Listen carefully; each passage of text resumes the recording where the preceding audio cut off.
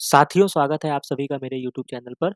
तो जैसा कि हमने इम्यूनोलॉजी को अब हमने डिटेल में स्टार्ट किया है, तो अब हम उसी क्रम में आगे हम उसको पढ़ाई करेंगे। तो जैसा कि आप यहाँ पे देख सकते हैं, जो कि हमने यहाँ से डिस्कस करना शुरू किया था और हमने इस बुक को अपने टेलीग्राम चैनल पर भी अवेलेबल करा दिया है, तो आप वहाँ से इसको डाउनलोड कर सकते हैं। तो जैसा कि हमने एनिमल्स के बारे में जाना, पैथोजेन्स के बारे में जाना, इम्यूनिटी की जो मेन प्रॉपर्टी होती है वो सेल्फ एंड नॉन सेल्फ होता है, 3 स्टेजेस होती हैं, रिकॉग्नाइज़ करना, फिर एक्टिवेशन होना, इफेक्टर होना। हमारी इम्यूनिटी 2 पार्ट में बटी हुई है, ठीक है? नॉन स्पेसिफिक होती है या इन्नेट होती है और एक जो होती है वो एडॉप्टिव होती है। तो ये हमारा पूरा लेक्चर जो है वो सेपरेट पार्ट में आपको मिल जाएगा। इसके बाद फेगोसिटिक सेल्स का नाम पूछा जाएगा तो हम मैक्रोफेज आंसर करेंगे। फेगोसाइटोसिस क्या होता है? वो एंडोसाइटोसिस होता है।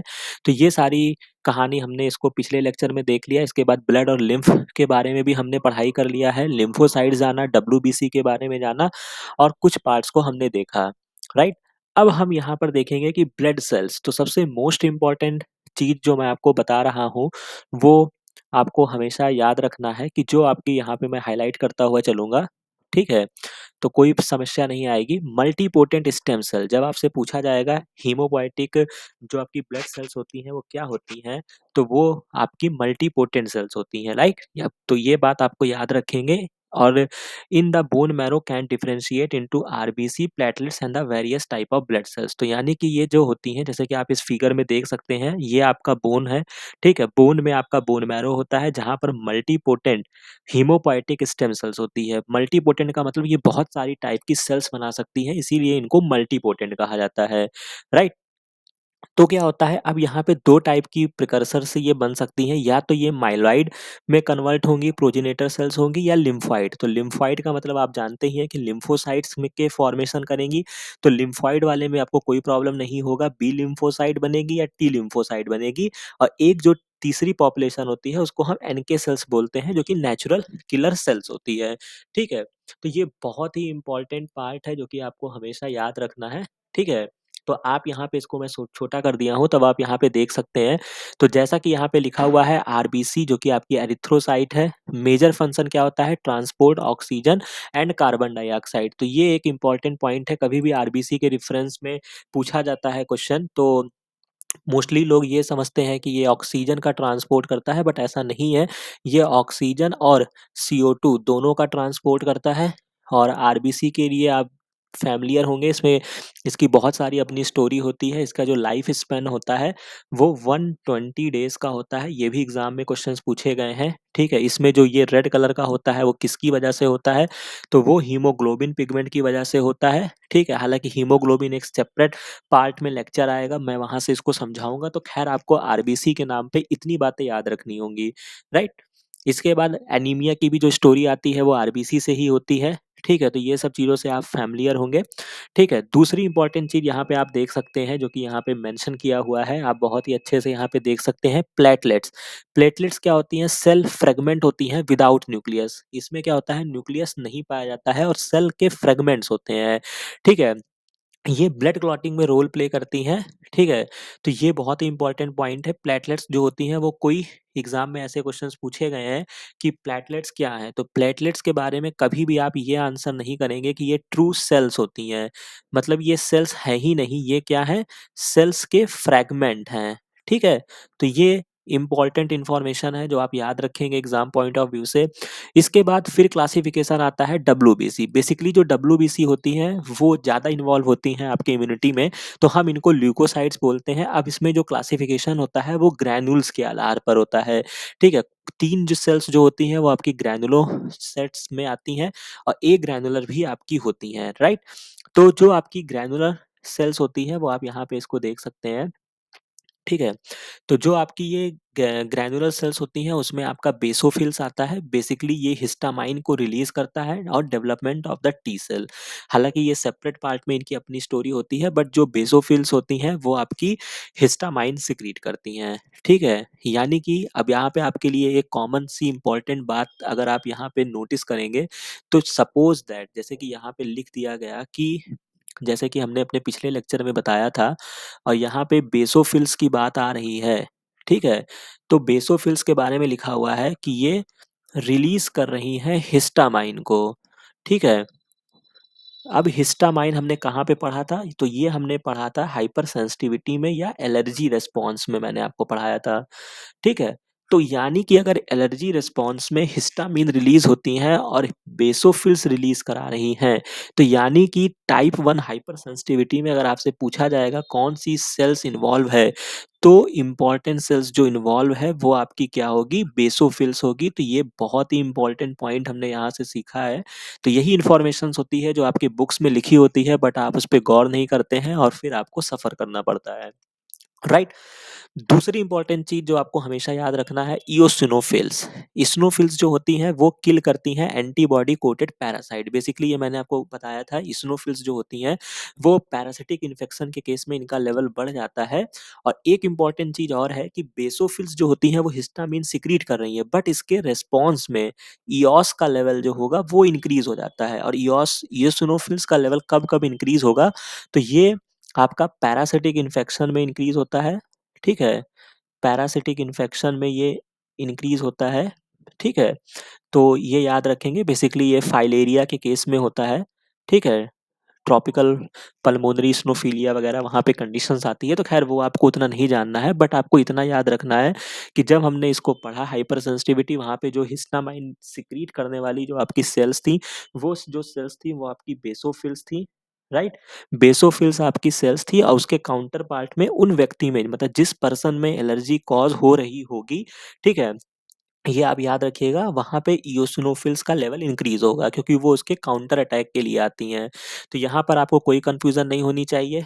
इसके बाद एक इम्पॉर्टेंट सेल्स जो आती है ये आपका न्यूट्रोफिल्स होता है, जो कि इन्फ्लामेशन को स्टिमुलेट करता है। तो न्यूट्रोफिल्स जब भी आप पढ़ेंगे तो इसकी 3-4 पॉइंट्स मैं आपको वो बता देता हूँ। तो सबसे इम्पोर्टेंट चीज़ होता है जो न्यूट्रोफिल्स होती हैं, ठीक है? न्यूट्रोफिल्स जो होती हैं, ठीक है, ये जो भी है, सबसे ज़्यादा मात्रा में ये पाई जाती हैं, 65% होता है। तो ये जो इनका व्हाइट ब्लड सेल्स में जो ये मतलब जो इंक्रीजिंग या डिक्रीजिंग ऑर्डर में जो कंसंट्रेशन होती है, वो इस तरीके से होता है। सबसे ज़्यादा न्यूट्रोफिल्स होती हैं, फिर लिम्फोसाइट्स होती हैं और फिर मोनोसाइट्स होती हैं। तो एनएलएम करके आप इसको याद कर सकते हैं। इसके अलावा ये आपकी जो होती हैं, ये आपकी फैगोसिटिक सेल्स होती हैं, ठीक है? न्यूट्रोफिल्स जो होती हैं वो फैगोसिटिक होती हैं और ये अभी आप आगे जाके मैं इसको बताऊँगा, ये पहली सेल्स होती हैं, फर्स्ट सेल होती हैं जो इन्फेक्शन जगह पे पहुँचती हैं। मतलब जब आपकी कोई इंजरी होती है, इन्फेक्शन या इंजरी होती है, तो जिस लोकेशन पे, मतलब मान लीजिए कि ये आपका बॉडी पार्ट है, फ्लूइड्स हैं, इसमें सारी चीज़ें हो रही हैं, आपका पर्टिकुलर इस जगह पे डैमेज हुआ है, तो जो पहली सेल रिक्रूट होगी, वो आपकी कौन-सी होगी? न्यूट्रोफिल्स होगी, ठीक है? तो यहाँ तक ये बात आपको क्लियर हो गया होगा। इसके अलावा ये जो न्यूट्रोफिल्स होती है, इसमें बार बॉडी पाई जाती है, ठीक है? हालाँकि ये जेनेटिक्स का पार्ट है जहाँ पे आप बार बॉडी पढ़े होंगे। तो अगर कोई सेल्स आपसे पूछा जाए इसके बारे में, आपको पता ही होगा।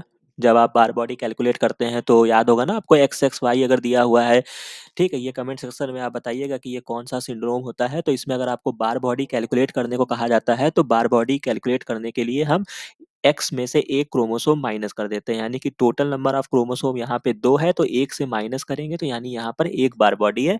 बाकी इसको आप जेनेटिक्स में देखिएगा, मैं आज उस पार्ट में जब आऊँगा तो इसको डिटेल में बताऊँगा। बट अगर आपसे पूछा जाएगा कि कौन-सी ऐसी सेल्स ली जाए जहाँ पे बार बॉडी आपको मिल सकती है, तो वो आपकी न्यूट्रोफिल्स होती है। तो ये एक इम्पोर्टेंट पॉइंट है जिसको आप नोट डाउन कर लीजिएगा, ठीक है? तो एग्ज़ाम में ऐसे क्वेश्चन्स आ सकते हैं, ठीक है? इसके अलावा मास्ट सेल जो कि आपकी इन्वॉल्व थी, हिस्टामाइन सिक्रीट कर रही थी, राइट? ठीक है? फिर आपका आता है ए ग्रैन्युलर सेल्स, राइट? अब ए ग्रैन्युलर सेल्स जो होती हैं, उनके बारे में हम देख लेते हैं। तो मोनोसाइट जो होती हैं ये develop into macrophage and dendritic sales में कन्वर्ट होती हैं, ठीक है? जैसा कि आपको फैगोसिटिक सेल्स के बारे में बताया, तो मोनोसाइट्स और मैक्रोफेज में क्या फ़र्क होता है, आप इसको भी समझ लीजिए यहीं पर। बेसिकली मोनोसाइट्स जो होती हैं, हालाँकि इसमें बहुत चीज़ें होती हैं बट मोनोसाइट जब ये सेल्स में होती हैं, तब हम इनको मोनोसाइट्स बोलते हैं। और जब ये माइग्रेट करके, ठीक है, आप इसको इस तरीके से समझ सकते हैं, जब ये माइग्रेट करके टिश्यू लेवल पे आ जाती हैं, तो ये बन जाती हैं मैक्रोफेज, इनको बोलते हैं। बस यही डेफिनेशन है इनका। ठीक है?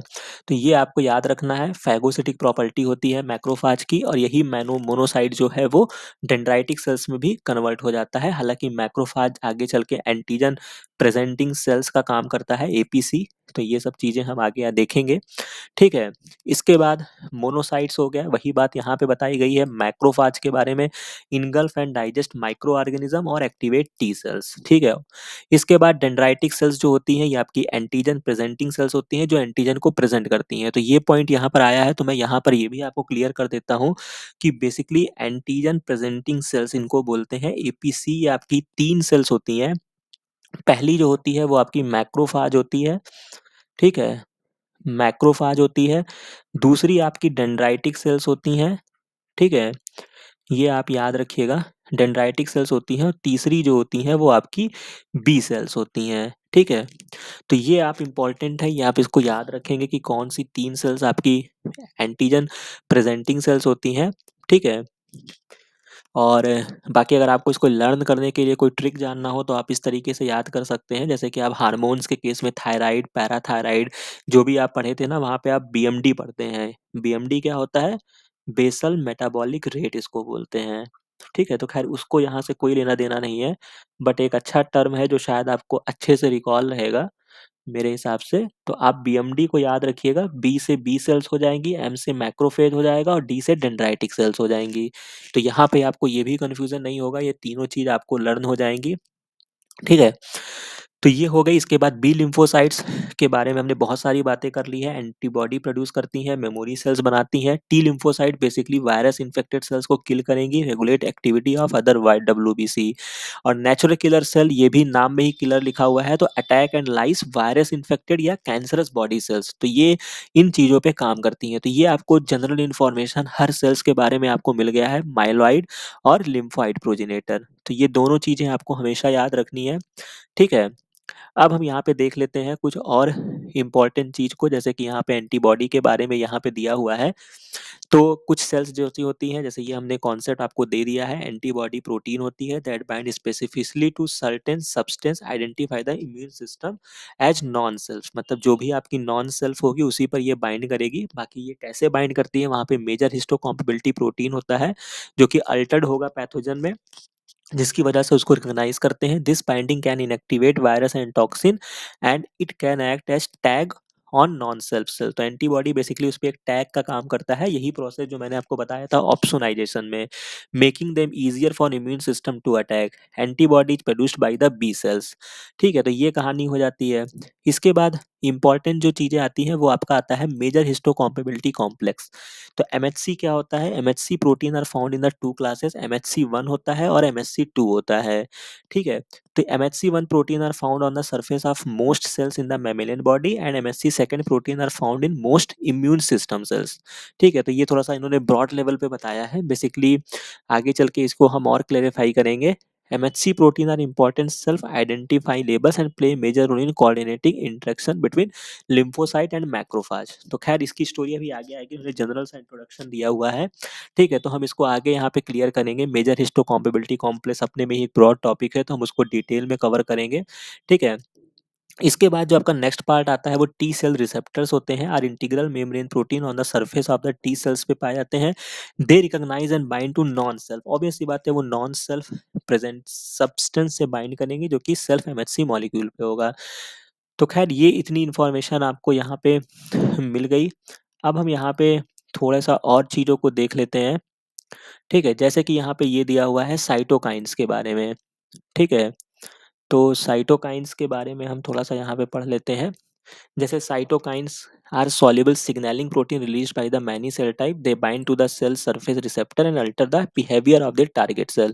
Various cytokine activate और inactivate B cells, macrophage and T cells. तो मतलब cytokines जो होते हैं वो एक तरीके से कनेक्टिंग लिंक का काम करते हैं कि जब किसी सेल्स को एक सिग्नल रिलीज करना होता है वो, तो वो साइटोकाइन्स या इंटरल्यूकिन्स के फॉर्म में वो रिलीज करता है।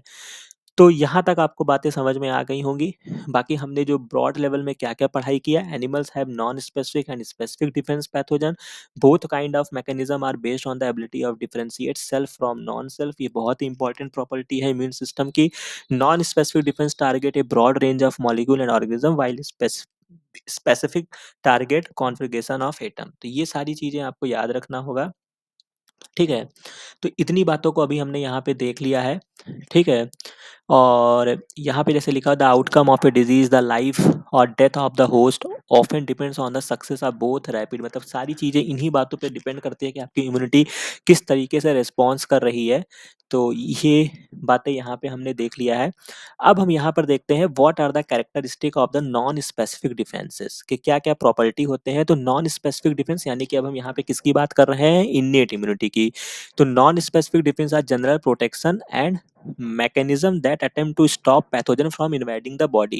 As noted above, they provide first line of defense, ये भी हमने जान लिया है, in both time and location. Essentially they are ready to go, in contrast to specific immunity which takes time to develop. मतलब ये तैयार रहते हैं, इनको आपको कुछ करना नहीं है, ठीक है? क्योंकि जो आपका बाकी चीज़ें होती हैं, मतलब जब आप एडॉप्टिव की बात करते हैं तो वो टाइम टेकिंग होता है, ठीक है?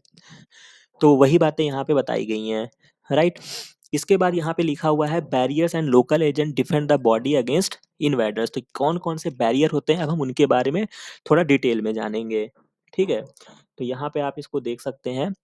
तो consider a pathogenic bacterium that cause disease in internal organ that land on human skin. The challenges faced by the bacterium just to reach it target are formidable. First there is a physical barrier. अब किसी भी pathogen को आपकी body में आना है तो उसके पास क्या-क्या चैलेंजेस हैं? तो पहला चैलेंजेस यही है कि उसको आपके फिजिकल बैरियर को तोड़ना होगा, वो है आपका स्किन कार्य करता है। Bacteria rarely penetrate intact skin by the same token broken skin increases the risk of infection, ठीक है? बैक्टीरिया जो बेसिकली होते हैं वो स्किन के अंदर चले जाते हैं यदि आपका स्किन जो होगा वो ब्रोक होगा, यानी कि जब कभी आपको इंजरी होती है तो वहाँ पे बैक्टीरियल इन्फेक्शन होने की संभावना बढ़ जाती है, ठीक है? इसके बाद the saltiness and dryness of the skin may not be hospitable to the growth of the invader. On the other hand, there are some bacteria and fungi that normally live and sometimes reproduce in great number in our body surface without causing disease. हालांकि ये भी आपको पता है कि बहुत सारे ऐसे बैक्टीरिया होते हैं जो आपके लिए फ्रूटफुल भी होते हैं, आपके इंटेस्टाइन में ही, सॉरी इंटेस्टाइन जैसे आपके स्टमक में ही आपको पता है कि विटामिन B12 के प्रोडक्शन के लिए बैक्टीरिया इन्वॉल्व होते हैं, ठीक है? तो वही सारी बातें यहाँ पे बताई गई हैं जिनको हम नॉर्मल फ्लोरा बोलते हैं, जो आपके लिए फ्रूटफुल होते हैं। These natural occupants of our body with a non specific defence because they compete with pathogen for space and nutrient. तो ये इंपॉर्टेंट इंटरेस्टिंग हो गई। Consider a pathogen that lands on the surface of the nose, the mucus membrane found at the inner surface of the nose. ये सारी बातें हमने अपनी पिछले लेक्चर में कवर कर ली थी, वही बात बताई गई है जहाँ पे लाइसोजाइम होता है, ठीक है? लाइसोजाइम जो होता है आपके टीयर में होता है, ये आपको पता ही है। सलाइवा में होता है, जो कि बैक्टीरिया को लाइस करता है, which attack the cell wall of many bacteria causing to lyse open, ठीक है? ये आपको याद रखना होगा। हालांकि ये बैक्टीरिया के कैसे कार्य करते हैं, कैसे ब्रेक करते हैं, तो लाइसोजाइम जो होता है वो उसकी सेल वॉल को ब्रेक करता है, ठीक है? जिससे क्या होता है, जब उसकी सेल वॉल ब्रेक हो जाएगी तो वहाँ पे उसका जो सेल लाइसिस हो जाता है, मतलब उसके कंटेंट बाहर आ जाएंगे जिससे बैक्टीरिया की डेथ हो जाती है। Mucus in the nose trap airborne micro organism and most of those that get past this filter. तो ये सारी बातें आपको पता है। Mucus and trapped pathogen are removed by the beating of cilia in the respiratory passage way. यहाँ सब आपके सीलिया होते हैं जो कि ट्रैप कर लेते हैं, इतनी आसानी से किसी भी पैथोजन को बॉडी के अंदर प्रवेश नहीं करने देते हैं, ठीक है? तो ये सारी आपको पता ही है। Sneezing is another way to remove micro organism from the respiratory tract. तो ये जनरल इन्फॉर्मेशन थी। यहाँ पर जो आपको सबसे इंपॉर्टेंट चीज नोट डाउन करना था वो आपको ये नोट डाउन करना था कि लाइसोजाइम जो होता है वो बैक्टीरिया को नष्ट करता है। लाइसोजाइम के बारे में मैं आपको बता चुका हूँ, ठीक है? सेल वॉल को ब्रेक करता है। इसके अलावा कहाँ कहाँ ये पाया जाता है? सलाइवा में पाया जाता है, म्यूकस मेम्ब्रेन में पाया जाता है, टीयर में पाया जाता है, ठीक है? तो ये सारी चीजें जो होती हैं वो आपको एक बैरियर प्रोवाइड करती हैं, जो एक पहला चैलेंज होता है किसी भी होस्ट के लिए, माफ कीजिए किसी भी बैक्टीरिया के लिए, ठीक है? अब यहाँ पे ऐसे ही डिटेल में हम सारी चीज़ों को देखेंगे, बट यहाँ पे आप देख सकते हैं कुछ नॉन स्पेसिफिक डिफेंस की ये टेबल बनी हुई है। बहुत ही अच्छा चार्ट है, आप इसको देख सकते हैं। जैसे कि आपके सरफेस बैरियर में आपका स्किन आता है जो कि एंट्री को ही प्रिवेंट कर देगा, ठीक है? वहाँ पे सब्सटेंस ऐसे होते हैं। एसिड सिक्रीशन आपका कहाँ होगा, ये भी आपके सरफेस बैरियर में होते हैं जो बैक्टीरिया की ग्रोथ को इनहिबिट करेंगे। म्यूकस सिक्रीशन होते हैं। नेसल हेयर होते हैं, ये भी आपको पता है, जो कि filter bacteria in the nasal passage. Cilia भी आपका इसी में कार्य करता है। Move mucus and trapped bacteria को वो क्या करता है, ट्रैप कर लेता है, वहाँ पे सीलिया होता है। इसके बाद गैस्ट्रिक जूस में कंसंट्रेटेड HCl होता है, मैंने ये पहले बता रखा है गैस्ट्रिक जूस का पीएच कितना होता है। वहाँ पे प्रोटीएजेस होते हैं, प्रोटीएजेस जो होते हैं वो एसिडिक पीएच पे कार्य करते हैं, ठीक है। 1.3 पीएच होता है, जिसकी वजह से आसान कार्य नहीं है पैथोजन का इस इन्वायरमेंट में सर्वाइव करना, ठीक है। इसके अलावा acid in vagina limits growth of fungi and bacteria in the female reproductive tract, ठीक है। इसके अलावा जो आपके एंटीबॉडीज वगैरह भी मैंने आपको बता रखा है कि जो सिक्रीटरी एंटीबॉडी जैसे कि आपके IgA वगैरह होते हैं वो वेजाइना में भी पाए जाते हैं, ठीक है। टीयर सलाइवा की बात आएगी, lubricate and cleanness contain lysozyme, ठीक है। तो ये इंपॉर्टेंट पार्ट हो गया। इसके बाद आप इस चार्ट में non specific cellular chemical and coordinated defence, normal flora भी आपके कार्य करते हैं जो आपके लिए फ्रूटफुल भी होते हैं और पैथोजन से फाइट भी करते हैं। इसके अलावा फीवर जो आपको आता है, body wide response inhibit microbial multiplication speeds body repair process. आपको पता ही है जब आपके बॉडी में कोई पैथोजन इंटर करता है, कोई भी चीज़ होता है, तो आपके बॉडी का टेम्परेचर इंक्रीज हो जाता है, वही फीवर के फॉर्म में आता है। तो ये भी आपकी डिफेंस मैकेनिज्म के तरीके कार्य करती है, ताकि उस पैथोजन को समाप्त करने का तरीका ये भी है कि किसी तरीके से उसको निष्क्रिय कर दिया जाए। इसके बाद कफिंग एंड स्नीजिंग भी इसी में आता है, ठीक है। तो ये सारी चीज़ें आपको पता है। इन्फ्लामेटरी रिस्पॉन्स भी इसी में आते हैं, ठीक है। फैगोसिटिक सेल्स जो कि मैंने अभी आपको बता दिया, मैक्रोफाज एंड न्यूट्रोफिल्स ये आपकी फैगोसिटिक सेल्स होती हैं। नेचुरल किलर सेल्स ये भी आपकी वायरस इन्फेक्टेड सेल्स और कैंसरस बॉडी सेल्स के लिए रिस्पॉन्सिबल होंगी। इसके अलावा एंटी माइक्रोबियल प्रोटीन इंटरफेरॉन, ये आपको एक लेक्चर मेरा सेपरेट अवेलेबल है जो कि आप जाके जरूर देखिएगा। Virus infected cells protect healthy tissue from viral infection, ये मैंने बता रखा है कि इंटरफेरॉन जो होती है वो वायरस इन्फेक्टेड सेल्स रिलीज करती हैं ताकि वो फर्दर दूसरी सेल्स को इन्फेक्शन ना हो सके, ठीक है। और कॉम्प्लीमेंट प्रोटीन की भी कहानी इसी में आती है जो कि माइक्रो ऑर्गेनिज्म को लाइज करती हैं, फैगोसाइटोसिस को इनहेंस करती हैं and assist in inflammatory and antibody response. तो इस चार्ट को आप एक प्रॉपर नोट्स बना लीजिएगा, ठीक है, और इसको नोट डाउन कर लीजिएगा, ये बहुत ही इंपॉर्टेंट पार्ट है, ठीक है। इसके बाद इस यही चीज़ यहाँ पे डिटेल में बताई गई है, तो हम इसको आगे भी फर्दर देखते हैं। जैसे कि यहाँ पे लिखा हुआ है, finally the mucus membrane produce defensin, एक प्रोटीन होती है, पेप्टाइड होती है, ठीक है, म्यूकस मेम्ब्रेन में होती है, जो 18 से 45 अमाइनो एसिड लॉन्ग होती है। हाइड्रोफोबिक डोमेन होते हैं, they are toxic to wide range of the pathogen, नाम में ही डिफेंसिन है तो डिफेंस करेगा, इंक्लूडिंग बैक्टीरिया के अगेंस्ट ये होता है, माइक्रोबियल यूकैरियोट इनवेलप्ड वायरस इनके खिलाफ ये कार्य करता है। Defensin insert themselves into the plasma membrane of these organism and make the membrane permeable, दस किलिंग द इन्वेडर्स, ठीक है। तो ये अपना कार्य कैसे करता है, प्लाज्मा मेम्ब्रेन को मतलब क्या करता है, themselves into the plasma membrane of these organism, मतलब जो भी पैथोजन होंगे उनके प्लाज्मा मेम्ब्रेन को रैप्चर कर देगा, ठीक है। जिससे क्या होगा, सेलुलर कंटेंट बाहर आ जाएगा। आप उसको यहाँ पे भी देख सकते हैं। मान लीजिए कि कोई भी कंटेंट है, कोई भी पैथोजन है, ठीक है, ये मान लेते हैं कि ये पैथोजन है, ठीक है, ये इसकी प्लाज्मा मेम्ब्रेन है। तो ये चाहे आप, मैं यहीं पर भी बता देता हूँ, चाहे वो ये आपका जो ये डिफेंसिन है, ठीक है, डिफेंसिन हो गया, जो बैक्टीरिया के केस में सेल वॉल को ब्रेक किया जा रहा था, जो कि आपका लाइसोजाइम कर रहा था, ठीक है।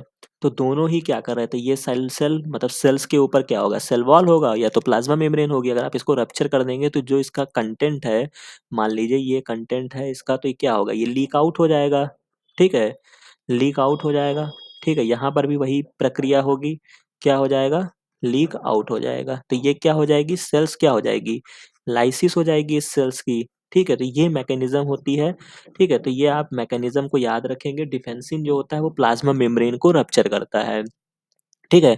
Defensins are also produce in phagocytes where they kill pathogen trapped by phagocytosis में इनका रोल होता है। Plant also produce defensin in response to pathogen exposure, तो प्लांट के केस में भी डिफेंसिन का रोल है, तो ये आप याद रखेंगे। इसके बाद consider a bacterium that land in the mouth if it survive the lysozyme in the saliva, जो कि होंगे वो उसको किल कर देते हैं। तो ये सारी बातें आपको याद रखना होगा। गैस्ट्रिक जूस के बारे में जो हमने पढ़ा वो आपको याद रखना होगा, ठीक है। Bacteria cannot normally penetrate the lining of the small intestine and some pathogen are killed by the bile salts का भी रोल होता है जो कि सिक्रीट होते हैं। तो ये सारी चीज़ें आपने पता होगा तो एक तरीके का आप कह सकते हैं ना कि मतलब काफ़ी अच्छा बैरियर हमारी बॉडी में है। तो जब कभी भी आपको डिज़ीज़ होती है, कुछ भी होता है तो ये सारे बैरियर ब्रेक हो जाते हैं। ठीक है? Any bacteria that survive these line of defense which include normal flora and enter the large intestine are removed quickly with the fecus. All of these barrier and local agent are non-specific defense में आते हैं because they act on all invading pathogen. ये किसी specific के खिलाफ नहीं है कि मान लीजिए कि कोई टाइफाइड का है, तो वो उसके खिलाफ कार्य करेंगे और परट्यूसिस के खिलाफ नहीं करेंगे, ठीक है? ये सभी के खिलाफ कार्य करते हैं, जितना सक्सेसफुल होना होता है ये हो जाते हैं, अन्यथा आपको डिज़ीज़ कॉज़ होती है। Most are properties most are properties of the tissue called epithelial tissue that cover the surface and within organ, more complex non specific defence avoid any pathogen. तो खैर ये इतनी कहानी आपको यहाँ पे आसानी से देखने को मिल गई है, ठीक है? इसके बाद हम यहाँ पे फर्दर पार्ट को अपने नेक्स्ट लेक्चर में कवर करेंगे, ठीक है?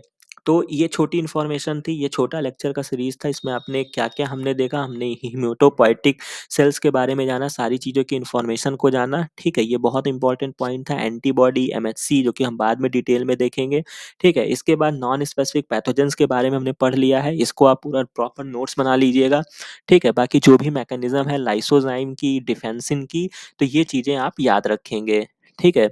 तो ये है, बाकी आपको कहीं पर भी कोई डाउट हो रहा हो, तो आप मेरे को कमेंट सेक्शन में ज़रूर बताइए, ठीक है? बाकी ये वीडियो आपको अच्छा लगा हो तो इसको लाइक, शेयर और सब्सक्राइब कीजिएगा। बाकी मिलते हैं नेक्स्ट वीडियो में नेक्स्ट लेक्चर के साथ। Thank you very much.